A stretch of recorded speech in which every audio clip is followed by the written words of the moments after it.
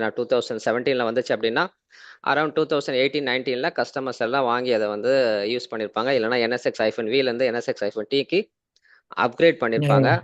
So இப்போ ஒரு establish ஆன ப்ராடக்ட் தான் நம்ம வந்து நம்மளோட கிளாஸில் பார்க்க போகிறோம். ஸோ இப்போ ஃபர்ஸ்ட் நம்ம என்ன பண்ணலாம் அப்படின்னா NSX-Vலேருந்து ஆரம்பிப்போம். V அப்படின்னா நான் வந்து அதை ஃபுல்லாக NSX-V கிளாஸ் எடுக்க போகிறது கிடையாது. NSX-V கொஞ்சம் பேசிக்காக அண்டர்ஸ்டாண்ட் பண்ணிக்கலாம். சரியா? ஏன் அப்படின்னா NSX-Vக்கும் NSX-Tக்கும் ஆர்கிடெக்சர் லெவலில் சில சேஞ்சஸ்லாம் உண்டு. அதனால பேசிக்காக முதல்ல NSX-Vனா என்னன்னு அண்டர்ஸ்டாண்ட் பண்ணிக்கலாம். அதுக்கப்புறம் NSX-Tக்கு வரலாம்.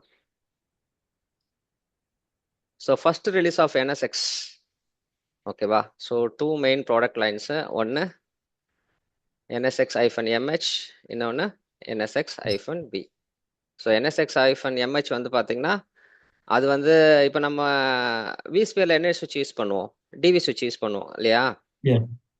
NSX- சுவிட்ச் இதில் MHல வந்து பார்த்தீங்கன்னா ஓப்பன் சுவிட்ச் யூஸ் பண்ணுவாங்க. ஏன்னா ESXi இல்லாத மற்ற ஹைப்பர்வைசருக்காக தான் இந்த NSX ப்ராடக்ட்டை வந்து லான்ச் பண்ணாங்க. பட் அது யாரும் அவ்வளோ இன்ட்ரெஸ்ட் கொடுத்து அது பண்ணலை. எனக்கு ஓப்பன் சோர்ஸ் இருக்கும்போது நான் ஏன் இதுக்கு போகணும் இல்லையா? அப்படின்னு சொல்லிட்டு தான் வந்து பார்த்தீங்கன்னா இதுக்கு அதிகமாக இம்பார்ட்டன்ஸ் கொடுக்கல. ஆக்சுவலாக இது ஒரு ஃபெயிலியர் ப்ராடக்ட் NSX-MH அப்படிங்கிறது மார்க்கெட்டில் அந்த அளவுக்கு மூவ் ஆகல. ஸோ அப்போ அது ஃபெயிலியர் ஆயிடுச்சுன்னா என்ன பண்ணுவாங்க? ஒரு 1 or 2 years பார்ப்பாங்க, உடனே என்ன பண்ணுவாங்க? அதை டெப்ளிகேட் இல்லையா? அதனால தான் 2015 NSX-MH அப்படிங்கிற ப்ராடக்ட் டெப்ளிகேட் ஆயிடுச்சு. ஸோ இப்போ இந்த MH அப்படிங்கிறது வந்து பார்த்தீங்கன்னா இவங்க எதை பேஸ் பண்ணி கிரியேட் பண்ணாங்க அப்படின்னா இந்த Proxmox, KVM, Hyper-V, Citrix hypervisor, Oracle, ESXi இல்லாமல் நிறைய ஹைப்பர்வைசர்ஸ் மார்க்கெட்டில் இருக்கு இல்லையா? அதை பேஸ் பண்ணி கிரியேட் பண்ணாங்க. பட் யாரும் அதுக்கு இன்ட்ரெஸ்ட் கொடுக்கல. ஏன்னா கஸ்டமர்ஸும் வந்து பார்த்தீங்கன்னா இதோட யூசேஜ்லாம் குளோபலாக கம்மி தான். அப்படிங்கிறப்போ அந்த NSX வாங்கி அப்புறம் இதில் மெர்ஜ் பண்ணி அப்படின்னு சொல்லிட்டு யாரும் இம்பார்ட்டன்ஸ் கொடுக்கல. ஓகே, இப்போ NSX-Vயோட வெர்ஷன்ஸ் பார்க்கலாம். இப்போ NSX-V தான் மார்க்கெட்டில் ஃபர்ஸ்ட் லான்ச் ஆன ப்ராடக்ட் இல்லையா? அது வந்து பார்த்தீங்கன்னா விஸ்பியருக்காக ரெடி பண்ணக்கூடிய ஒரு ப்ராடக்ட். அந்த ப்ராடக்ட் ஆல்மோஸ்ட் 2022 வரைக்கும் மார்க்கெட்டில் இருந்துச்சு. ஸோ NSX-Vயோட வெர்ஷன்ஸ் பார்க்கலாம். இப்போ கடைசி என்ன வெர்ஷன் வந்து 2022 ரிலீஸ் ஆச்சு அப்படின்றத பார்த்துடலாம். ஏன்னா ஃபர்ஸ்ட் எப்படி ஸ்டார்ட் பண்ணாங்க, கடைசி என்ன வெர்ஷன் அப்படிங்கிறத ஒரு நாலேஜ் பர்பஸ் தான், வேற ஒன்றும் இல்லை.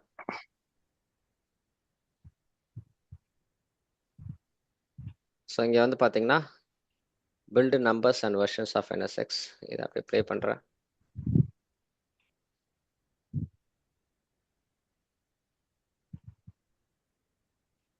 ஸோ உங்களுக்கு இங்கே பார்த்தீங்கன்னா தெரியும். ஸோ லாஸ்ட் வெர்ஷன் வந்து பார்த்தீங்கன்னா 6.4.14 இதுதான் லாஸ்ட் வெர்ஷன். 10th month 2022. அதுக்கப்புறம் எந்த ஒரு அப்டேட்டும் அது கிடையாது.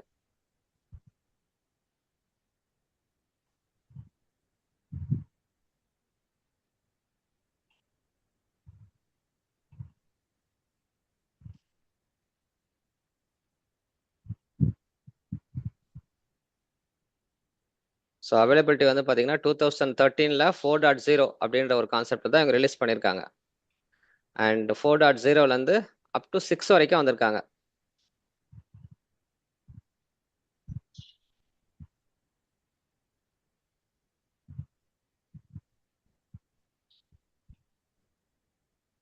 நடுவில் 5 இல்லை, 4.0 வந்து அப்படியே டேரெக்டாக 6.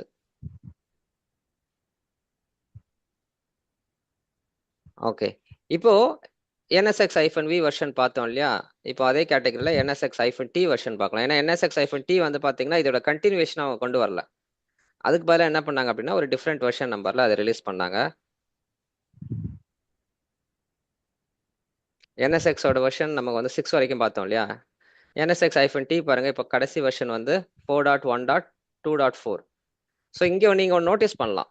இப்போ நான் வந்து அரௌண்ட் 2023 அந்த டைம் பீரியட்ல வந்து பார்த்தீங்கன்னா கோயிங் ஃபார்வர்டு NSX-T கிடையாது, ஒன்லி வந்து NSX மட்டும் தான் சொன்ன அனௌன்ஸ்மெண்ட் சொன்னாங்கன்னு சொன்னேன் இல்லையா? ஸோ இங்கே நீங்கள் நோட்டீஸ் பண்ணீங்கன்னா இந்த NSX-Tலேருந்து இந்த ப்ராடக்ட் டிப்ளிகேட் ஆச்சு தெரியுமா? NSX-V 2022ல அந்த டைம் பீரியட்லேயே வந்து பார்த்தீங்கன்னா இந்த NSX-Tயோட அடுத்த வருஷன் இவங்க என்ன பண்ணாங்க அப்படின்னா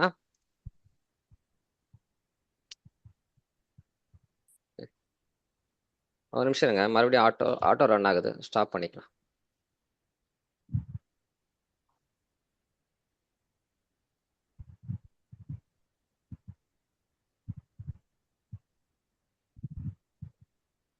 ஓகே.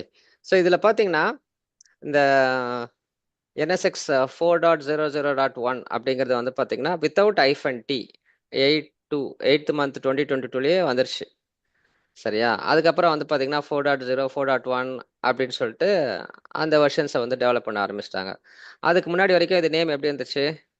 NSX-T அப்படின்னு தான் இருந்துச்சு. ஸோ ஸ்டில் வந்து பார்த்தீங்கன்னா NSX-T almost 2024 18th 4th month வரைக்கும் இப்படி தான் இருந்திருக்கு. இதுதான் கடைசி வருஷனாக ரிலீஸ் பண்ணியிருக்காங்க. அதுக்கப்புறம் வந்து பார்த்தீங்கன்னா அந்த 4th monthக்கு அப்புறம் NSX-Tல எந்த ஒரு அப்டேட்டும் வரல. சரியா? ஸோ இப்போ வெர்ஷன்ஸ் வந்து பார்த்தீங்கன்னா NSX-V and NSX-T and NSX. So மூணுத்துலேயும் வந்து பார்த்தீங்கன்னா வந்து வெர்ஷன்ஸ் வந்து உங்களுக்கு காமிச்சிருக்கேன்.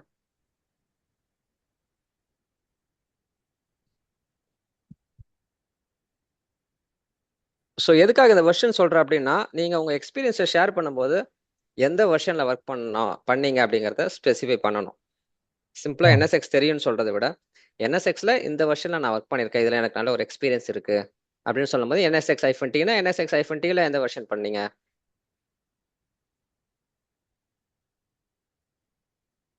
ஓகே. ஸோ நெக்ஸ்ட் வந்து NSXோட எடிஷன்ஸ். இப்போ நம்ம ESXயோட எடிஷன்ஸ்லாம் நமக்கு தெரியும் இல்லையா? ESXA வந்து பார்த்தீங்கன்னா ஸ்டாண்டர்ட் எடிஷன், அப்புறம் என்டர்பிரைஸ் ப்ளஸ், அப்புறம் ரோபோ. இது மாதிரி ரோபோனா ரிமோட் ஆஃபீஸ் பிரான்ச் ஆஃபீஸ். இந்த மாதிரி வந்து பார்த்தீங்கன்னா எடிஷன்ஸ் ரிலீஸ் பண்ணியிருப்பாங்க. அதே மாதிரி NSXலேயும் வந்து பார்த்தீங்கன்னா professional edition, advanced edition, enterprise plus edition and remote office branch office edition. இது மாதிரி வந்து ஒரு 4 எடிஷன்ஸ் வந்து பார்த்தீங்கன்னா NSXல நமக்கு வந்து அவைலபிலிட்டி இருக்கு. இதுல நமக்கு வந்து பாத்தீங்கன்னா எது சூட் ஆகுதோ அதை நீங்க சூஸ் பண்ணிக்கலாம். நமக்குன்னா கஸ்டமருக்கு. சரியா? எஸ். ஸோ இப்போ நான் வந்து ஒரு சிங்கிள் லொக்கேஷன்ல தான் NSX டிப்ளாய் பண்ண போறேன், எனக்கு மல்டி லொக்கேஷன் NSXலாம் தேவையில்லை அப்படின்னு நான் நினைக்கிறேன் அப்படின்னா நான் வந்து ப்ரொஃபஷனல் எடிஷன் போய்க்கலாம். சரிவா? இதுல வந்து ரொம்ப பேசிக்கான ஃபங்க்ஷனாலிட்டிஸ் தான் வந்து பாத்தீங்கன்னா அவங்க கொடுத்துருப்பாங்க. அண்ட் நெக்ஸ்ட் வந்து பாத்தீங்கன்னா அட்வான்ஸ் எடிஷன் வந்து பார்த்தீங்கன்னா இப்போ நான் வந்து மல்டி சைட்ஸ் போகிறேன்னு வைங்க, எனக்கு மல்டிபிள் சைட்ஸ் இருக்குது. மல்டிபிள் சைட்ஸ் நான் NSX யூஸ் பண்ணி தான் இன்டர் கனெக்ஷன் பண்ண போகிறேன் அப்படின்னா அந்த டைமில் நான் வந்து பார்த்தீங்கன்னா அட்வான்ஸ் எடிஷன் போகலாம். அதில் வந்து பார்த்தீங்கன்னா எனக்கு இந்த அட்வான்ஸ்டு ரவுட்டிங் ப்ரோட்டோகால்ஸு, அதுக்கப்புறம் VPN, சரியா, அண்ட் செக்யூரிட்டி ரிலேட்டட் ஸ்டப்ஸ்லாம் வந்து பார்த்தீங்கன்னா உள்ள இன்க்ளூட் ஆயிருக்கும். அதெல்லாம் என்னென்ன ஃபியூச்சர் இன்க்ளூட் ஆயிருக்கும் நெக்ஸ்ட் ஸ்லைடில் காட்டுறேன். நெக்ஸ்ட் வந்து பார்த்தீங்கன்னா என்டர்பிரைஸ் ப்ளஸ் இருக்கிற எல்லா ஃபியூச்சரும் இன்க்ளூட் ஆனது தான் இந்த என்டர்பிரைஸ் ப்ளஸ். இது பெரிய பெரிய கார்பரேட் கஸ்டமர்ஸ் வந்து பார்த்தீங்கன்னா இந்த என்டர்பிரைஸ் ப்ளஸ் எடிஷன் போவாங்க. சரியா? So remote office branch office இப்போ ஆல்ரெடி நான் வந்து ஒரு ஹெட் ஆஃபீஸ் வந்து எனக்கு இருக்கு. நான் வந்து ஒரு சின்ன ஆஃபீஸ், ஒரு வித்தின் ஒரு 50 less than 50 எம்ப்ளாயிஸ் ஒர்க் பண்ணக்கூடிய ஒரு ஆஃபீஸ் இருக்கு. அங்கே நான் வந்து ஃபுல் NSX டிப்ளாய் பண்ண வேண்டாம். அந்த இடத்துல இந்த remote office branch office edition download பண்ணி நான் யூஸ் பண்ணிக்கலாம் இன்கேஸ் NSX யூஸ் பண்ணுற மாதிரி இருந்ததுன்னா. பட் என்னோட எக்ஸ்பீரியன்ஸை நான் ஒரு வாட்டி கூட அந்த ரிமோட் ஆஃபீஸ் பிரான்ச் ஆஃபீஸ் NSXலாம் டிப்ளாய் பண்ணதே கிடையாது. ஏன்னா அந்த அளவுக்கு அது ரேராக தான் இருக்கு. But from knowledge perspective 4 edition இருக்கு அப்படிங்கிறத தெரிஞ்சுக்கங்க. ஓகே. இப்போ VMware NSX எடிஷனோட கம்பேரிசன் இதில் வந்து பார்த்தீங்கன்னா professional, advanced, enterprise plus and remote branch. ஓகேவா? ஸோ இதில் என்டர்பிரைஸ் ப்ளஸில் எல்லா ஃபீச்சர்ஸுமே இருக்குது. அண்ட் ப்ரொஃபஷனல் அண்ட் அட்வான்ஸில் கொஞ்சம் லிமிட்டட் ஃபீச்சர்ஸ் கொடுக்குறாங்க. சரியா? இதில் என்னென்ன ஃபீச்சர்ஸ் கொடுத்துருக்காங்க அப்படிங்கிறத நான் இப்போ எக்ஸ்பிளைன் பண்ண போகிறதில்ல. ஏன் அப்படின்னா நம்ம கிளாஸ் ப்ரோக்ரஸ் ஆகும்போது வந்து பார்த்தீங்கன்னா உங்களுக்கு இந்த ஒவ்வொரு ஃபீச்சரும் வந்து பார்த்தீங்கன்னா நம்ம ஒவ்வொரு டாப்பிக்கில் கவர் பண்ணுவோம். ஃபார் எக்ஸாம்பிள் டிஸ்ட்ரிபியூட்டட் ஸ்விட்ச் அப்படிங்கிறது வந்து பார்த்தீங்கன்னா NSX இம்ப்ளிமெண்ட் பண்ணி முடிச்சதுக்கப்புறம் நம்ம ஃபர்ஸ்ட்டாக 2 VMக்குள்ள கம்யூனிகேஷன் இனிஷியேட் பண்ணிங்கன்னா எனக்கு வந்து டிஸ்ட்ரிபியூட்டட் ஸ்விட்சிங் தேவைப்படும். அதுக்கப்புறம் இப்போ 2 VM வேறு வேறு நெட்ஒர்க்கில் இருக்குன்னு வைங்க, வேறு வேறு VLAN ஆர் வேறு செக்மெண்ட்டில் இருக்குது அப்படின்னா அதை ரெண்டுத்தையும் இன்டர்கனெக்ட் பண்ணதுக்கு எனக்கு டிஸ்ட்ரிபியூட்டட் ரவுட்டிங் தேவைப்படும். அந்த 2 VMக்கு நடுவில் ஃபயர்வால் இம்ப்ளிமெண்ட் பண்ணணும் அப்படின்னா எனக்கு NSX எட்ஜ் ஃபயர்வால் தேவைப்படும். இதை நேட்டிங், என்னோட இன்டர்னலாக இருக்கக்கூடிய ஐபியை வந்து நான் வெளியில் ஹைட் பண்ணணும் அப்படின்னா நேட்டிங்கு. ஸோ இது மாதிரி ஒவ்வொரு பர்பஸ்க்கும் வந்து பார்த்தீங்கன்னா இந்த ஃபியூச்சர்ஸ் நம்ம யூஸ் பண்ணுவோம். அதனால இப்போ இந்த ஃபியூச்சர்ஸை வந்து இப்படியே எக்ஸ்பிளைன் பண்ண அப்படின்னா உங்களுக்கு கண்டிப்பாக எதுவுமே புரியாது. இது ஒரு கம்பேரிசன் சார்ட் அவ்வளோதான். ஓகே, 4 எடிஷன் இருக்கு. இந்த 4 எடிஷன்ல என்னென்ன ஃபியூச்சர்ஸ் கொடுக்குறாங்க அப்படின்றதா. இந்த ஃபியூச்சர்ஸை இப்போ நம்ம எதுவுமே வந்து எக்ஸ்போர்ட் பண்ண வேண்டாம். சரியா? ஜஸ்ட் எடிஷனோட ஸ்டாப் பண்ணிக்கலாம். ஸோ இப்போ வெர்ஷன் பார்த்தாச்சு.